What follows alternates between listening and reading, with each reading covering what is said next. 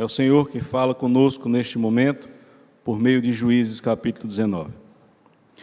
Naqueles dias em que não havia rei em Israel, houve um homem levita que, peregrinando nos longe da região montanhosa de Efraim, tomou para si uma concubina de Belém de Judá.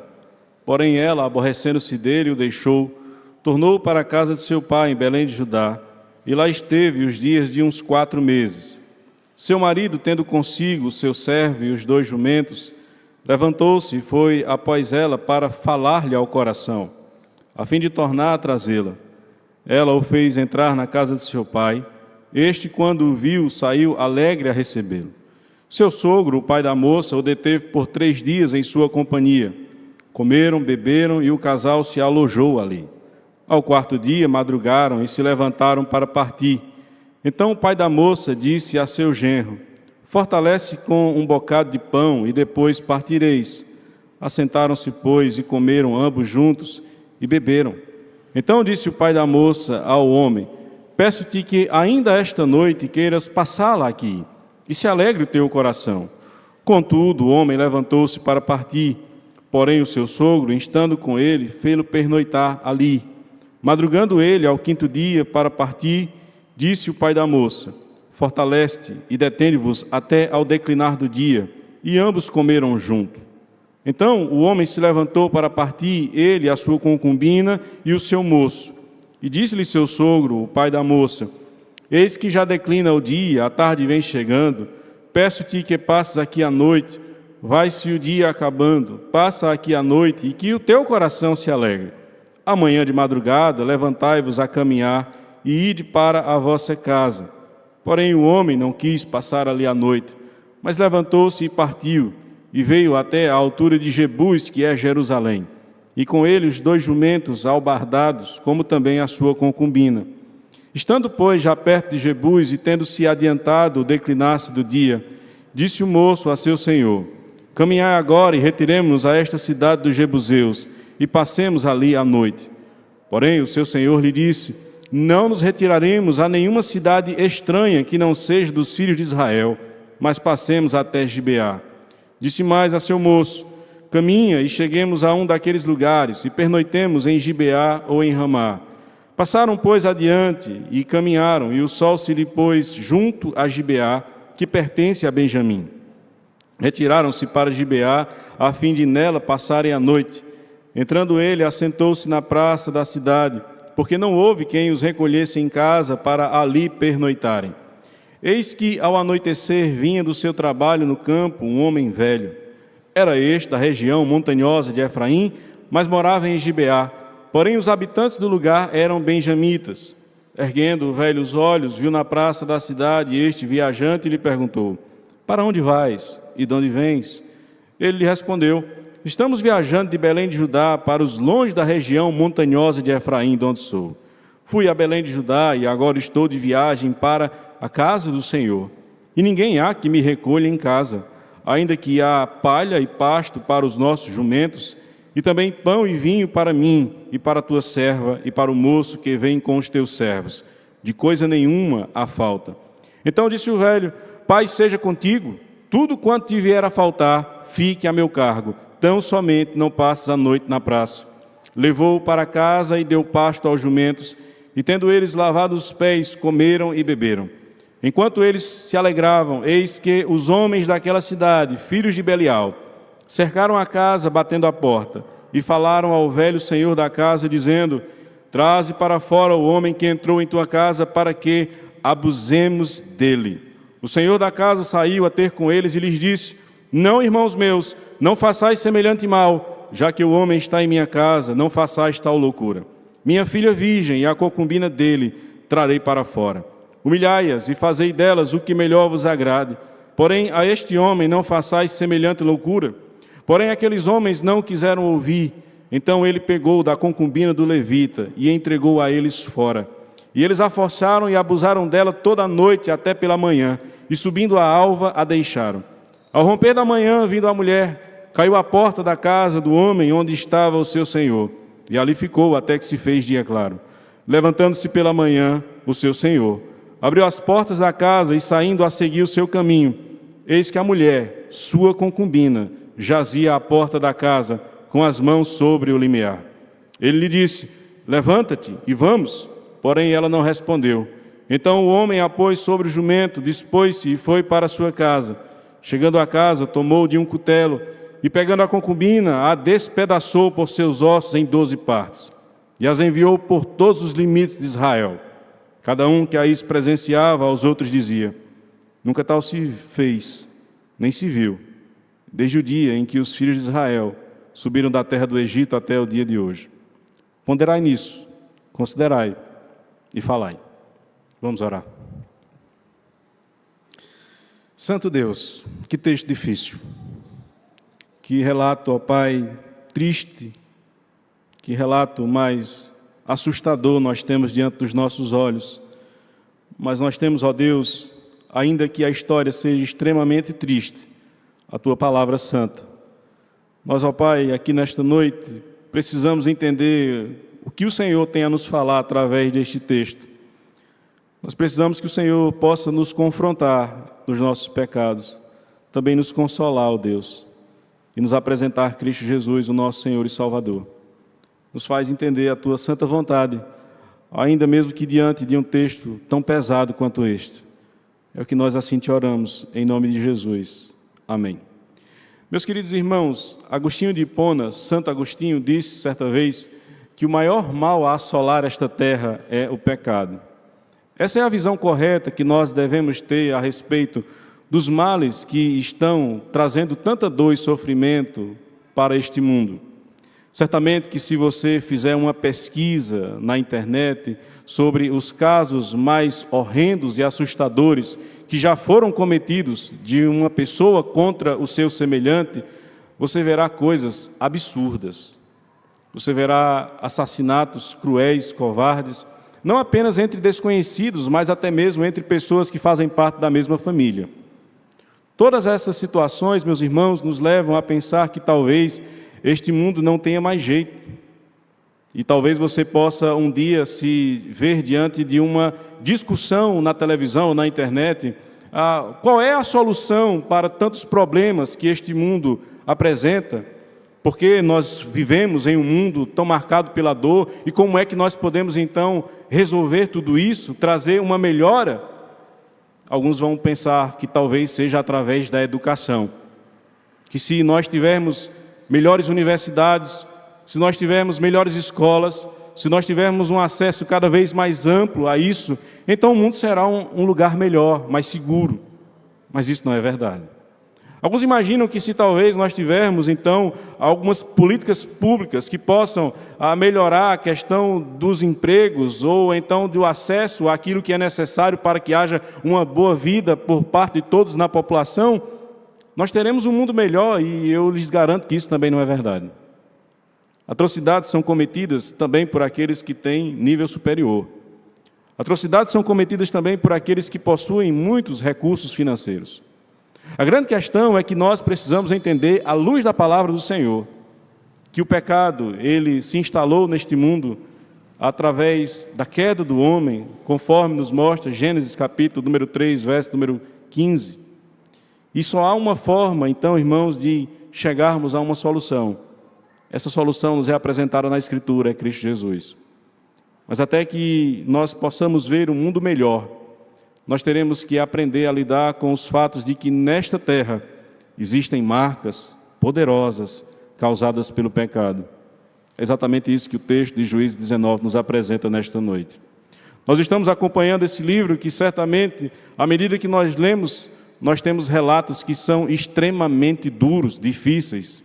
Nós vemos o povo de Deus se afastar do Senhor, mesmo diante de todo o amor do Senhor para com este povo, mesmo diante de todo o cuidado que Deus tem para com eles. Vez ou outra, você vê este povo voltando para os falsos ídolos. Nós temos aqui as narrativas sobre os juízes. É aqui que nós conhecemos a história de Sansão. É aqui que nós conhecemos a história de Jefté, de Gideão, de Otiniel. É aqui que nós vemos como o povo do Senhor, mesmo recebendo a sua graça, a sua bondade e o seu amor, volta a praticar o pecado na primeira oportunidade que eles têm. Do capítulo 17 até o final do livro, nós não temos mais relatos sobre os libertadores, que são os juízes. Não, agora nós temos duas histórias que giram em torno de levitas. O primeiro levita, que é um neto de Moisés, apresentado no capítulo 17, chamado Jonatas, tem a sua história marcada por ser um homem que se preocupa apenas com aquilo que é bom para ele. Capítulo 17 e 18 de Juízes nos apresentou a sua história. Agora nós temos um outro levita que também é apresentado e o seu nome não é citado. Nós não sabemos muito a respeito dele, mas nós sabemos que as suas ações, que são pecaminosas, em uma terra marcada pelo pecado, trará muitas consequências para o povo de Deus. Mostraremos então, irmãos, nesta noite, as marcas que o pecado produz na nossa vida, no meio do povo de Deus, neste mundo caído. É justamente sobre isso, então, que eu vos convido a meditar comigo nesse instante. As marcas do pecado sobre esta terra. Quais são as marcas do pecado, irmãos, sobre esta terra? Conforme o texto nos mostrará, eu peço que você fique com a sua Bíblia aberta. Do verso 1 ao verso 21, nós veremos que uma das primeiras marcas do pecado sobre esta terra é a normalização da decadência da nossa sociedade. O texto nos apresenta a seguinte história. Naqueles dias, e os irmãos já perceberam que essa agora é a temática que gira em torno de juízo. Antes era, voltou o povo a fazer o que era mal e se afastou do Senhor. Agora não é mais isso. Diz o texto, naqueles dias em que não havia rei em Israel, houve um homem levita que, peregrinando nos longe da região montanhosa de Efraim, tomou para si uma concubina de Belém de Judá. Esse levita, ele é uma pessoa que nós não sabemos muito a respeito dele. O pouco que nós sabemos é que ele vive em uma relação conjugal estranha. Por que estranha? Porque concubina geralmente era a segunda esposa, lá no contexto do Oriente Antigo. Geralmente a primeira esposa não era chamada de concubina. Por alguma razão, então, ele tem esta concubina. Se ele tem uma outra esposa, o texto não nos apresenta. Ou se ele simplesmente não a trata com os direitos legais que ela deveria, então, ter. E por que isso acontece? Já que é um levita, alguém que deveria zelar pela lei, ser um homem diferente.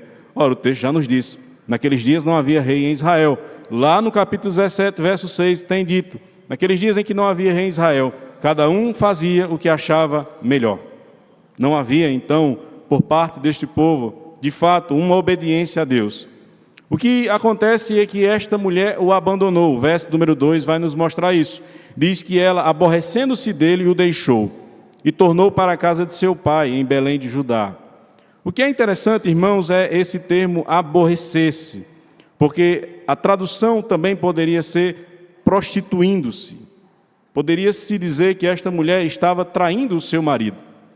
E é estranho, porque diz que ela é quem o abandona depois de ter se prostituído, de ter traído ao seu marido de uma forma vergonhosa.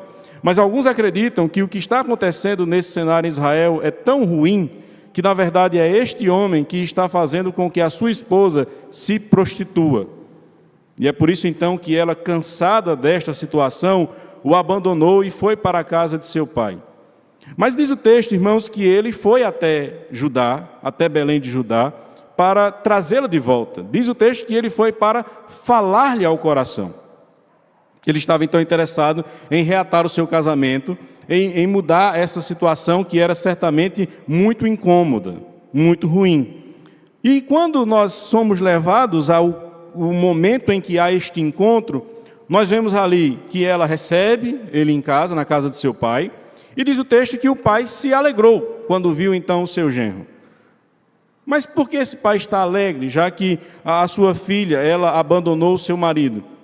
Por que é que ele não está triste? Por que é que ele não está, inclusive, preocupado? Porque há um detalhe importante.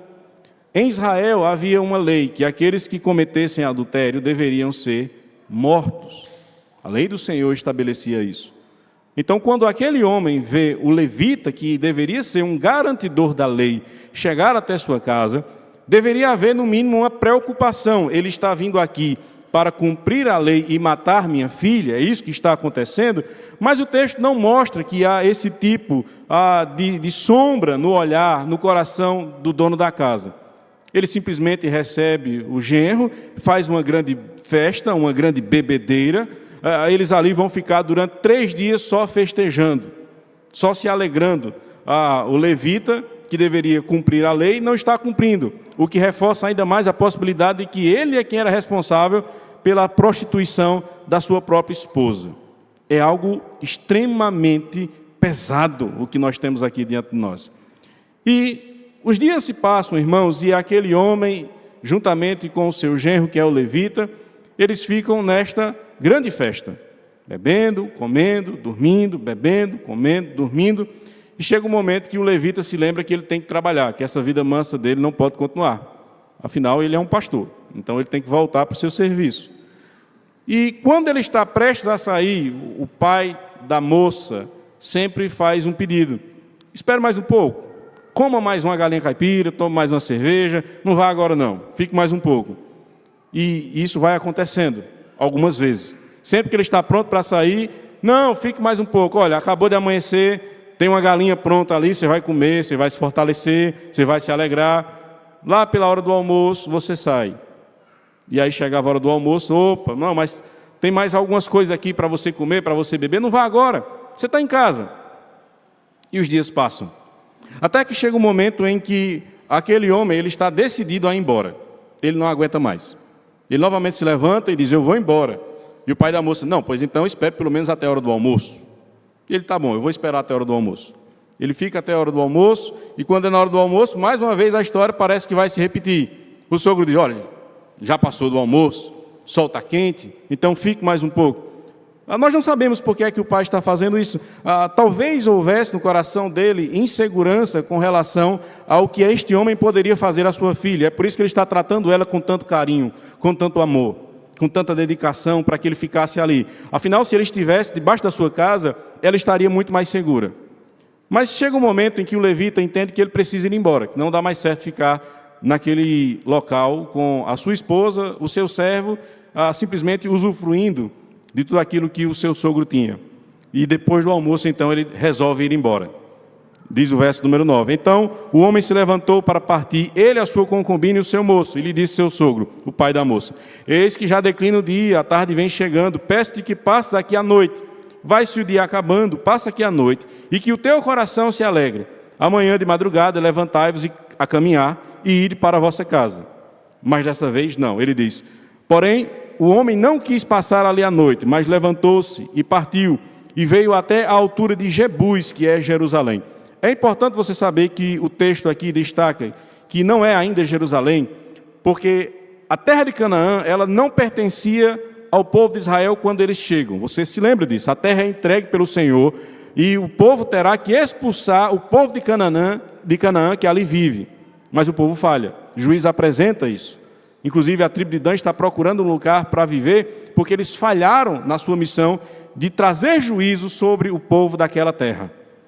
Jebus se tornará Jerusalém quando Davi se tornar rei, e ele então conquistar aquela cidade, e ela então for incorporada ao território de Israel.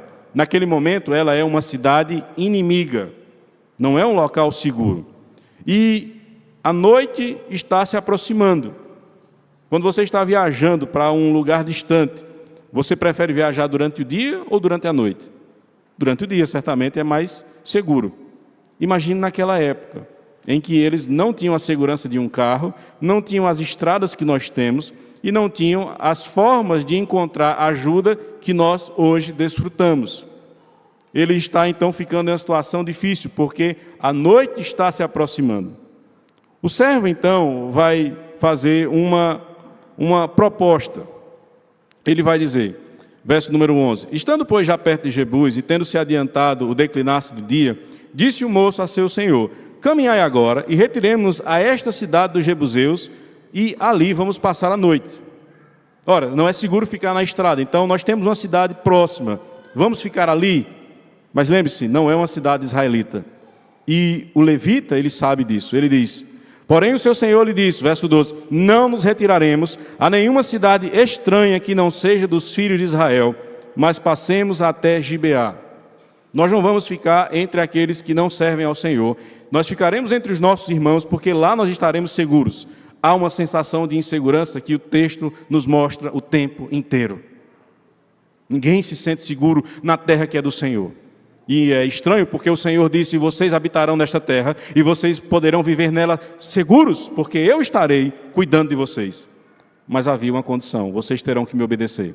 O povo falha na sua obediência, é por isso que agora eles têm que conviver com aqueles que não servem ao Senhor e que são inimigos do Senhor, inimigos deles, e estão prontos a destruí-los. Disse mais a seu moço, verso 13, caminhai e cheguemos a um daqueles lugares e pernoitemos em Gibeá ou em Ramá. São cidades que os israelitas então conquistaram, nós estaremos seguros. Esse era o pensamento dele. Passaram, pois, adiante, caminharam e chegaram até Gibeá, que pertence à tribo de Benjamim. Eles chegaram ali, não há pousada, não há hotel. O que é que alguém, então, pode esperar em um cenário como este? Ele pode esperar um cenário de que alguém o receba em casa. Até porque esse tipo de atitude deveria ser o natural entre irmãos. Se você vai até uma cidade onde as pessoas que lá vivem são da sua família, você imagina que ficará no meio da rua ou que receberá o acolhimento de alguém? Essa era a sensação que ele tinha. Ele chega então naquela cidade, ele fica no meio da praça e ninguém o recebe. Ninguém tem coragem de abrir suas portas, ou pelo menos de perguntar por que é que ele está ali na praça. Eis que ao anoitecer vinha do seu trabalho no campo um homem velho, e essa é outra característica do texto, ninguém tem nome. É um levita, é uma concubina, é um sogro, é um servo, é um velho. Ninguém tem nome. Mas este homem, ele é da região montanhosa de Efraim, a mesma região do levita. Mas ele vive em Gibeá. E diz o texto, no verso 17, que ele, ao perceber que naquela praça existia um grupo de viajantes, ele então vai se aproximar e fazer uma pergunta. É a mesma pergunta que você vê lá no capítulo 17, feita por Mica ao levita. Lembra? De onde é que você vem e para onde é que você vai? Esse velho vai repetir a pergunta ao levita. E o levita vai mentir. Verso 18, ele respondeu, estamos viajando de Belém de Judá para os longes da região montanhosa de Efraim, de onde sou. Fui a Belém de Judá e agora estou de viagem para a casa do Senhor. E ninguém há que me recolha em casa. Ele não está fazendo uma peregrinação religiosa. Ele foi buscar a esposa que ele colocou em prostituição e agora está levando ela de volta para casa. Mas a ideia dele é passar uma imagem de que ele é um homem muito piedoso. É um levita. Ele é alguém que está indo para a casa do Senhor, então ele precisa de um lugar para ficar. Como é que o povo que serve a Deus simplesmente não receberá este homem em casa? Deveria ser uma pergunta então lógica. E o levita ainda faz questão de dizer, a gente trouxe a nossa marmita, não precisamos de comida, inclusive o alimento dos nossos jumentos estão ali, nós não precisamos de nada, apenas de um lugar para ficar. E o velho disse, paz seja contigo, tudo quanto te vier a faltar, fique a meu cargo. Tão somente não passa a noite na praça. Levou-o para casa e deu pasto aos jumentos, e tendo ele lavado os pés, comeram e beberam. Eu sei que nesse momento nós olhamos para o texto e ele parece ter uma sensação de que está tudo bem. Um final feliz, afinal, eram viajantes que precisavam de um lugar para ficar, encontraram alguém que os hospeda. Mas o que nós vemos, irmãos, é um relato onde há uma normalização da decadência da sociedade de Israel. Nós temos aqui um homem que é capaz de levar a sua esposa a se prostituir. Nós temos uma esposa que, não aguentando isso, vai embora para a casa de seu pai e, pelo visto, não contou ao pai o que estava acontecendo. Tanto é que o pai vai receber este levita na sua casa e, pelo visto, fica alegre de receber o homem, porque, afinal, parece ser sua filha que está errada. Depois, este homem simplesmente não percebe que aquele que deveria estar zelando pela lei do Senhor está vadiando na sua casa durante 3 dias, se embriagando, vivendo de uma forma horrorosa. Nós percebemos também que a terra que deveria ser segura, agora está completamente insegura. E parece que há uma normalização disso, como se bandidagem, criminalidade fosse uma coisa comum. Ora, tem gente por aí querendo normalizar isso e dizer que o assalto faz parte da nossa sociedade. Nós temos um mundo que está cada vez mais caminhando para uma situação extremamente perigosa, onde o pecado se tornou uma coisa normal, onde não há mais um senso de que as coisas deveriam ser de uma forma diferente. Nós começamos a olhar para o pecado que há dentro da própria igreja e nós começamos a dizer, mas é assim mesmo, pastor. É desse jeito que o mundo funciona. Já foi um tempo em que o povo de Deus era de uma forma, mas hoje é outra história. Os tempos modernos chegaram trazendo uma revolução, e eu lhes digo, trouxeram uma revolução pecaminosa. A igreja se esqueceu de qual é o seu padrão, mas nós lemos hoje em Levítico O Senhor nos lembra qual é o nosso padrão. O nosso padrão é de santidade. Os mandamentos de Deus não são simplesmente decoreba para você mostrar que conhece Bíblia, é algo para você viver, para você incrementar no seu dia a dia. Quando foi que o pecado se tornou normal no meio do povo de Deus? Porque se isso é verdade, meus irmãos, nós estamos vivendo em uma situação extremamente terrível.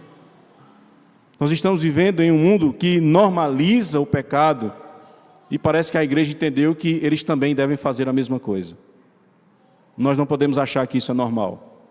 O povo de Deus precisa ser diferente. O povo de Deus precisa viver de uma maneira totalmente distinta do restante do mundo. Nós precisamos mostrar que nós somos de fato o sal e a luz que Cristo disse que nós seríamos. E nós não podemos resolver todos os problemas da sociedade, mas nós não podemos normalizar isso. Nós não podemos trazer uma esfera na qual aquilo que é mal torna-se uma coisa qualquer, boa, comum, e nós agora nem simplesmente temos tristeza pelas barbaridades que acontecem diante dos nossos olhos. Nós precisamos então entender que a normalização desta decadência, ela não pode acontecer dentro da igreja, não entre o povo de Deus. Nós somos diferentes, ou pelo menos deveríamos ser. Mas em segundo lugar, meus irmãos, nós veremos que uma outra marca do pecado sobre este mundo, além da normalização, da decadência da nossa sociedade, nós veremos a partir do verso número 22, são os altos níveis de perversidade que são cometidos. Como eu disse, parecia que a história estava terminando bem. Eles encontraram um lugar para ficar, no dia seguinte eles poderiam partir, só que não é isso que acontece. Diz o verso 22, enquanto eles se alegravam, eis que os homens daquela cidade, filhos de Belial. Tem alguma coisa errada nessa história, irmãos? Porque aqui nós estamos em uma cidade de Israel. Lembra que foi por isso que eles não ficaram em Jebus? Lá são ímpios, vamos para uma cidade de crentes. Mas chega aqui e diz o texto que naquela cidade existiam filhos de Belial. Eles cercam a casa, eles batem na porta e eles falam ao dono da casa e dizem, traz para fora o homem que entrou em tua casa para que abusemos dele. O que esses homens são? Eles são homossexuais e eles querem simplesmente abusar do homem que está dentro da casa daquele senhor. É o que está acontecendo. Eu sei que você talvez já tenha lido uma história muito parecida com essa. Em Gênesis, nós temos algo semelhante ao que está acontecendo aqui. Sodoma e Gomorra, a história de Ló. Diz também o texto que Ló recebe ali os anjos do Senhor, e quando eles estão na sua casa, aqueles que viviam na cidade vão até a casa de Ló e fazem o mesmo pedido. Coloque estes homens para fora, porque nós iremos abusar deles. Sodoma, que foi destruída, porque era um povo extremamente perverso, pecadores. Agora nós vemos o povo de Deus agir semelhantemente a eles. O povo do Senhor está se comportando com a mesma perversidade que aqueles que um dia foram destruídos pelo Senhor se comportaram. E o Senhor da casa, ele parece que leu a história, ou ouviu a história, porque ele tem a mesma atitude. Ele diz, não, irmãos meus, percebam, são israelitas, não são estranhos.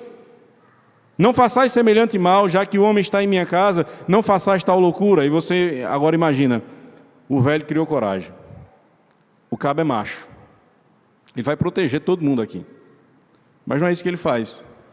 As minhas queridas irmãs que aqui estão hoje, ele diz a seguinte proposta: minha filha virgem é a concubina dele, eu vou trazer para fora. Vocês podem humilhá-las, vocês podem abusar delas, vocês podem fazer o que quiser. Mas não toque no ungido do Senhor, porque ele é um levita. Não faça isso com ele. Pode fazer o que quiser com as mulheres, mas não pode fazer nada com este vagabundo que se diz pastor. É isso que está acontecendo, meus irmãos. A vida dessas mulheres é colocada como nada, da própria filha e da esposa do outro. Colocado como lixo. Eu vou colocar para fora e vocês fazem o que quiserem. Mas o texto diz que os homens não querem. E eles não querem, eles querem o homem. E no momento então, mais estranho ainda, é dito que a mulher é colocada para fora, pelo próprio levita. Ele coloca, ela vai ser abusada, violentada, ela vai ser humilhada durante toda a noite por aqueles homens, nós não sabemos quantos, mas certamente foram muitos. E eu fico imaginando, irmãos, aonde é que está o marido dela. Porque o texto vai nos mostrar no verso número 25 que vai amanhecer o dia, e ela então vai se achegar até a porta da casa.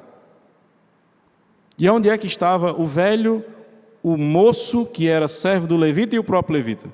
Onde estavam esses homens? O que é que eles fizeram durante toda a noite? Eles continuaram bebendo?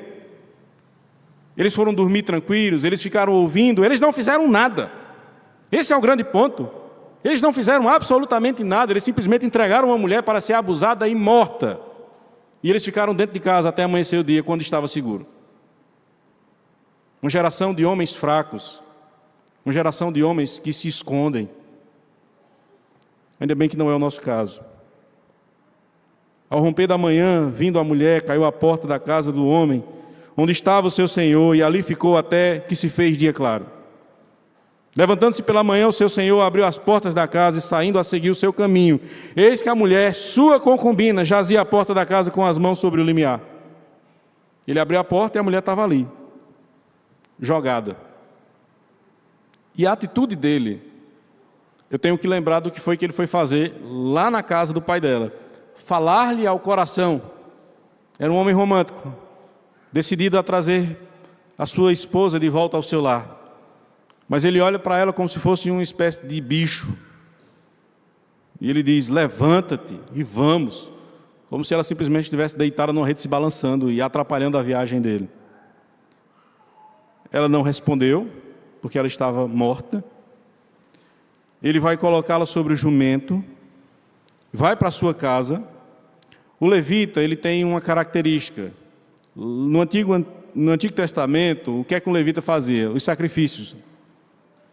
Os animais eram sacrificados pelos levitas no templo. De maneira que ele se comporta como um açougueiro agora. Chegando a casa, ele pega um cutelo, ele vai pegar a sua esposa e ele vai despedaçá-la em 12 partes. E vai mandar cada parte da esposa às 12 tribos de Israel. Qual é o desejo dele? É que a notícia se espalhe do que aconteceu naquela cidade. É que todos tenham conhecimento do que aconteceu, porque um pedaço de carne humana não chega sozinho a lugar nenhum. Ele precisa de alguém para levar. E ele vai então com uma mensagem. Foi isso que aconteceu em Gibeá de Benjamim. Mataram a concubina do levita. Mas ele não tem um pingo de amor por esta mulher. Ele não tem um pingo de consideração por ela. Ele a trata como nada. E todos que veem aquela cena, eles ficam horrorizados. É por isso que o verso 30 vai dizer: cada um que presenciava a isso, dizia aos outros: nunca tal se fez, nem se viu, desde o dia em que os filhos de Israel subiram da terra do Egito, até o dia de hoje. Pensem, reflitam e falem sobre isso. Todo o povo agora deve refletir sobre o que aconteceu. Altos níveis de perversidade entre o povo de Deus. Irmãos, nós não estamos lendo aqui um relato sobre a Alemanha nazista. Nós não estamos lendo um relato sobre um jornalista que entrou escondido em uma favela do Rio de Janeiro para fazer uma reportagem e foi completamente destroçado por homens maus. Nós estamos lendo um texto da palavra de Deus. Nós estamos lendo aquilo que o povo do Senhor foi capaz de fazer. Nós estamos olhando aqui para os filhos de Israel, fazendo algo que provavelmente nem aqueles que viviam em Canaã antes deles haviam feito. Nunca se viu algo dessa natureza até então. É um relato extremamente cruel. Pastor, que coisa triste. O povo de Deus cometendo atrocidades. E nós temos, irmãos, que aqui destacar que não se restringe a esse momento da história. Em nosso meio, não estou falando desta igreja, mas em nosso meio evangélico cada vez maior, cada vez mais pessoas se dizendo cristãs, nós temos relatos de abusos, nós temos relatos de agressões físicas, nós temos relatos de pecados extremamente danosos, escandalosos, cruéis que são cometidos de pessoas contra o seu semelhante, homens com mulheres, com crianças. Nós temos relatos de que no nosso meio também há níveis extremamente altos de maldade sendo praticados. Qual é a nossa esperança, igreja?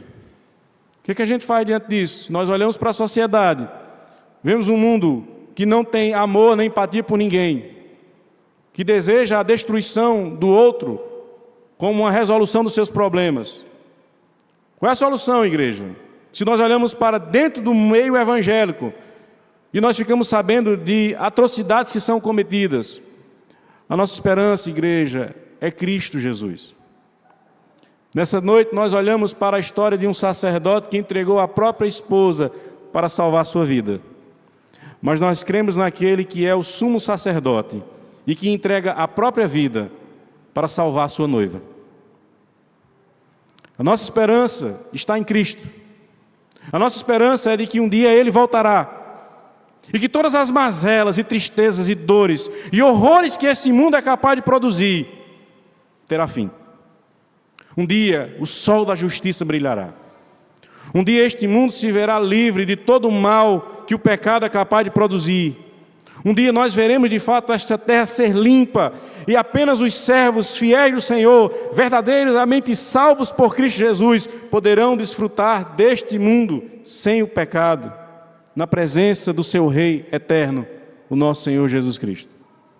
Meu irmão, se a sua esperança está em algum governo, em algum político, em alguma pessoa que possa se levantar e resolver os problemas deste mundo, a sua fé é vã.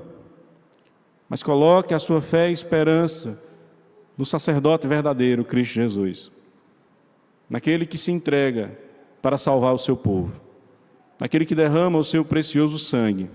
Como hoje nós somos lembrados na ceia do Senhor, somos lembrados de onde está a nossa esperança e quando é que isso terá fim? Quando Ele voltar, e Ele há de voltar. O nosso Senhor Jesus Cristo, Ele reina. Se Israel se esqueceu quem era o seu rei, a igreja não pode se esquecer. O nosso Rei, Cristo Jesus, reina soberanamente. Que os homens maus continuem a fazer aquilo que é mal. Que os pecadores que não se arrependem continuem nesta vida. O que lhes digo é que um dia vocês se verão diante do tribunal do nosso Senhor Jesus Cristo.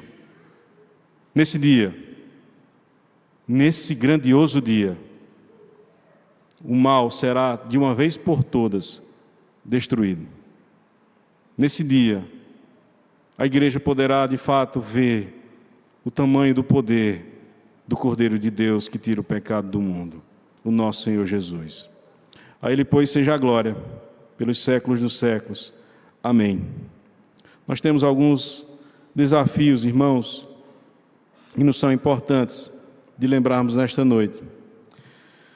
Não contribua com a decadência da sua sociedade. Cristãos que consomem pornografia estão contribuindo com a decadência moral deste mundo. Não contribua com isso. Não fique acessando esse tipo de lugar, de site. Não fique no Instagram observando aquilo que não deveria ser observado. Isso vale para homens e mulheres. Isso vale para todos nós. Não vamos contribuir com isso. Se você perde também o seu tempo assistindo Big Brother Brasil, novela da Globo, se você perde seu tempo ouvindo, consumindo músicas que simplesmente estão aí para declarar que o que é pecado é que é bom, meu irmão, não contribua. Não faça parte desta decadência que a nossa sociedade está vivendo. Não faça com que você seja alguém que incentiva, porque você está incentivando quando você consome tudo isso. Que todo este mal, que toda esta desgraça se espalhe. Ocupe o seu tempo com aquilo que é bom, com aquilo que é espiritualmente vantajoso, que aproxima você de Deus, não que te afasta dele. Não contribua ainda mais com a podridão daquilo que está sendo disseminado em nosso meio. Você deve combater esta perversidade. Você deve ser alguém diferente. Você deve ser alguém puro, alguém santo, que você o seja de fato. Você, meu irmão, talvez esteja olhando para esse mundo com tristeza, porque são casos e mais casos extremamente tristes. Que bom que você está triste. Mas não perca a sua fé. Não perca a sua esperança. Os dias melhores, eles além de virem um dia, algum momento, eles são eternos. A nossa garantia é Cristo, a sua morte e ressurreição. A nossa esperança, então, é de que Ele voltará.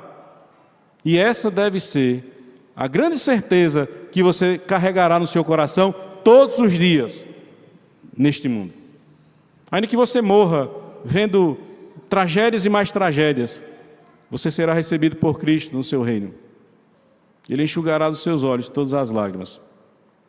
Não haverá mais as crueldades que nós aqui vemos hoje.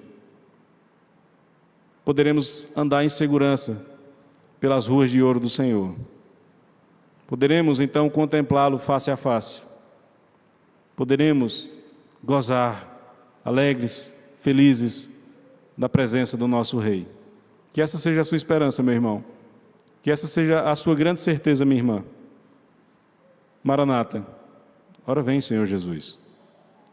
Santo Deus, eterno Pai, te pedimos que o Senhor aplique em nossos corações esta santa verdade. Nos faça, ó Pai, sempre entender que o mal que neste mundo existe só poderá ser removido pelo retorno glorioso do nosso Senhor e Salvador Jesus. Que esta certeza esteja em nosso coração. Abençoa o teu povo, ó Pai, para que eles sejam diferentes de toda esta sociedade corrompida. É o que eu te rogo também, em nome de Jesus. Guarda-nos, ó Pai, com a tua graça e com a tua bondade. É assim que eu te oro neste momento, em nome de Cristo Jesus. Amém.